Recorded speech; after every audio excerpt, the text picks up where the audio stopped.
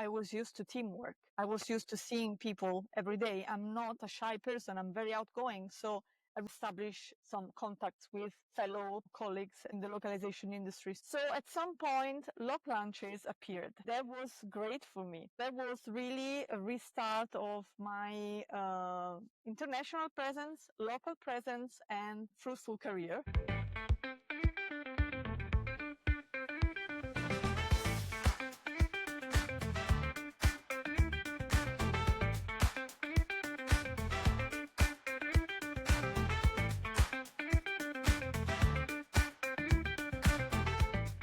Welcome, welcome. Thank you very much. Thank you for having me here and for the invite, and especially for creating the LocLunch initiative. Excellent. This is our topic, so let's dive into it. Roberta, what have brought you to the localization industry? How did you start in our industry? So I studied languages at the university, and I specialized in translation, but that was back in the days, 2007. So I started as all the freelancers. I am a freelancer right now, but things were kind of difficult. So I joined a multinational company that brought me abroad for 4 years. And when I decided to come back to Italy, to Rome, that's my hometown, I found myself a bit lost because I was away from the city, from the industry for a while, in the localization industry. Because you have done fantastically well in all all these years, because you have started almost at the beginning, right? With 2019, 2020, you started LocLunching, right? Started in 19, but actually I'm not the one who started LocLunch in Rome, because it was my friend and colleague Sara Pisano who started it. But she was moving for personal reasons, so she was leaving Rome. And I was just come back, basically. I restarted in the localization industry, and I was not even living in Rome city. I was living 40 kilometers from Rome, but I was so enthusiastic that Sara decided to ask me if I wanted to inherit the LocLunch initiative. So that's how I started. That was maybe mid 2019, yes, 2019. What attracted you most of LocLunch? The possibility to connect with like-minded people who have a lot in common with me, with my vision of the world, and who have curiosity. We share the same struggles, we share the same challenges. So it was great, especially because being a freelancer, I'm always by myself. I work alone in my house, as you can see now. And I was actually coming from a multinational company. So it helped me a lot, getting to know the community, the local community. Also because Rome is a big city, so it is not easy to connect with people who are not in your neighborhood. Tell us a little bit about how Rome has been growing, because you started off during COVID, or before COVID, then COVID hit, and what have you experienced from the beginning to now in the growth of the community in Rome? At the beginning, when I took it from Sara, it was kind of, what am I doing? Because you have some panic at some point, because I was organizing everything by myself, and I'm still doing it alone. But then COVID started. We had I think one of the most popular LocLunches before COVID was actually the last one. So we were constantly growing, and it was such a shame that we had to stop, as everyone in the world. So we decided to take that challenge and turn it into an opportunity. So I went online, and I was able to create that nice community online, both with Italians joining from everywhere in the world. And that was one nice opportunity, but also joining other people's LocLunches in the world. So I was very keen on Dallas, London, San Diego, and they were all regulars in our LocLunches as well. So that was a nice opportunity to reach out to the world without leaving your room. And it grew exponentially because at some point you knew people you would never have access to without traveling to, big events or on the other side of the ocean, for example, for me as a European. So it was great. When we restarted having the in-person gatherings, at some point I tried to keep both ways. So one online and one in person, but then it was really too demanding. And I think the hype of having the in-person events again was overwhelming. So we decided to just move on with regular, live events, real life events. And now you are organizing events like every month, or is it less frequent, or how is it going in Rome? I organize it every month. It's actually a long-awaited appointment with all the group. We have a good group of people, regulars, and we have a WhatsApp WhatsApp group that everyone who wants to join is free to join. So I launch surveys for dates or whether they want it for lunch or for dinner. Because as I said, I'm by myself trying to organize this. So it takes some time to do that. So we try to find the best solution that works for the group.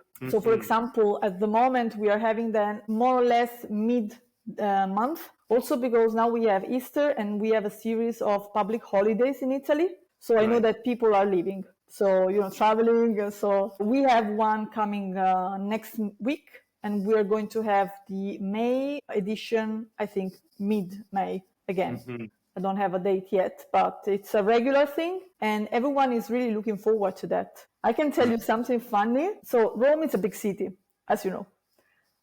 So the transportation can be an issue or a challenge if you want. So crossing the city to reach one side or the other, it can take also 1 hour. So if you imagine 1 hour going, 1 hour back, it's already 2 hours. 1 hour lunchtime, it's 3 hours as a minimum, bare minimum. So what we do, that became a mutual agreement. We arrive for lunch and we stay as much as we want. So it looks like a wedding at some point. We stayed there like from 1 till 6. So all the people who can, of course, take some time off, they will, and just make space for the LocLunch and just stretch it up to the time we want. Yeah. And it's a very cozy environment we created. So even if we have regulars, but we also have newcomers or people that join, not regularly. But everyone is invited to come when they can. So even if it's not on time, they can join later. They can leave earlier. It doesn't matter because it shows that they care. They really want to be there. So whatever, the things they have to do in their daily schedule, that's respectful from, both sides. So it's also their opportunity not to travel abroad to a conference or something like that, but meet locally people from the industry. Right? Yes, and you also have the perks of those who travel. Because, for example, if some of us go to a conference or to an event, a localization event, when we come back, we tend to, ask questions and talk about what happened, if there were some takeaways that we want to communicate to others. So there is a lively discussion about what is going on, even when you're not there. So you can get some insights and fresh inputs from people who actually attended some events, even if you didn't have the chance to. Which is wonderful. Let's zoom out a little bit. Tell me something about Rome as a hub for localization. What can you tell the audience about Rome and the Italian localization industry? The Italian localization industry is not really based in Rome, which is one challenge for us, for the LocLunch, because the buzz happens in Milan in terms of localization. Milan or anyway the northern area, so Bologna, Modena, that's where the majority of LSPs or even buyers are based. In Rome, it's more of like companies, LSPs have some administrative offices, or they might have some representatives who are delocalized, let's say in Rome. So people working from remote, from LSPs. We have some big realities, but not so much. And again, it is difficult to have people working in those realities, those LSPs, for example, to join us for lunch because of time constraints, as I said, for, distances. So it's a bit challenging. We started having the majority of freelancers because, of course, it's easier for us to get organized and, dedicate some time. We had also some LSP representatives coming, and so it's growing in that sense. And also it is nice because we can have both sides of our industry. So Right. it's enriching for us. To the atmosphere and the conversations, it's enriching, definitely. So when we talk about the community, we have talked about how LocLunch in Rome brings together people locally. It creates this platform of networking, of exchange of information. And when you look back, what would you recommend somebody new to in Italy, maybe to come to a LocLunch? What would you recommend them to do to approach LocLunch, eventually even as an ambassador? They can surely join if they are new to the industry. That's a huge plus because you can leverage experiences from other people already in the industry. There are newcomers as well. There are people graduated from university who can get a sort of mentoring without a structured mentoring program. They can listen to other people's opinions and views, and you can grow a lot from that. You can ask questions. Questions are never stupid.